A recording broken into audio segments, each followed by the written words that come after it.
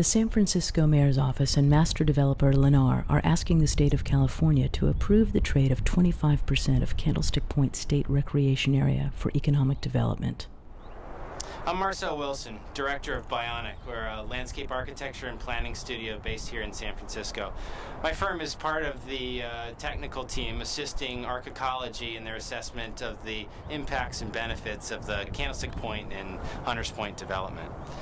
The city and Lennar are proposing to build and develop on over 25% of the state park that I'm standing in right now. This map, created by Lennar and the city, shows how much of the state park they are planning to take for the new development.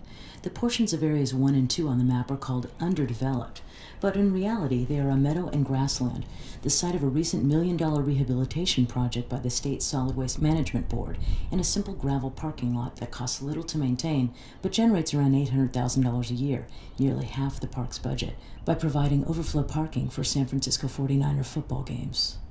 That development will be built on areas like the one I'm standing in now, and in areas that are commonly perceived as neglected, such as the parking lots. To put this in a different way, everything to my right, townhomes will be built on, and that will leave less than 200 feet between where I'm standing and the water's edge. Hey, good afternoon. I'm Jesse Mason, Archecology's employment specialist. We put young people into construction trades. I grew up in this area. I was born and raised right there behind me on Navy Road, Baby Hunters Point, right inside the shipyard. My father worked there for the Navy as a laborer.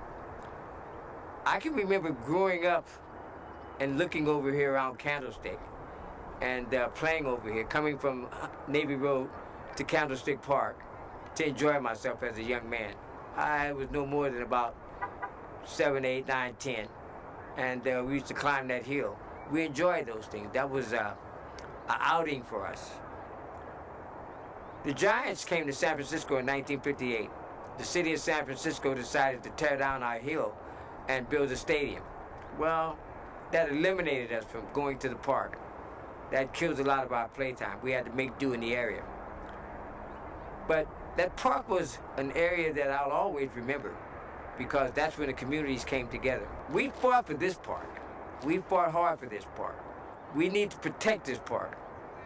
I know that the city wants to take 25% of it to do some building, but we need to protect this park. So, you guys live in the community, long-term residents, born here.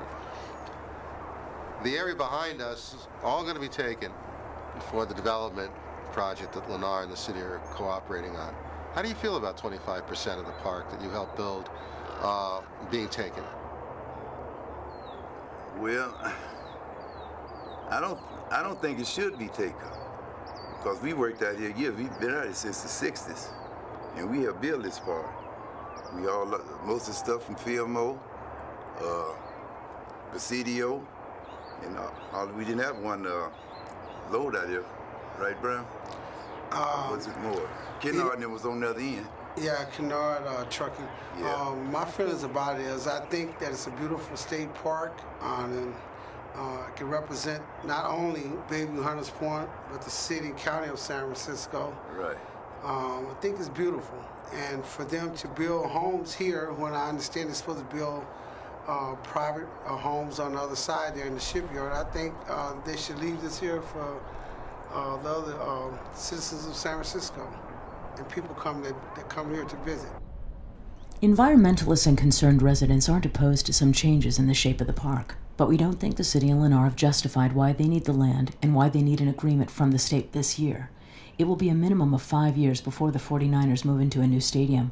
That means it will be 2014 before Lennar can begin building on the state park land. The 49ers could play at Candlestick until 2023, another 14 years. That would put housing construction off even longer.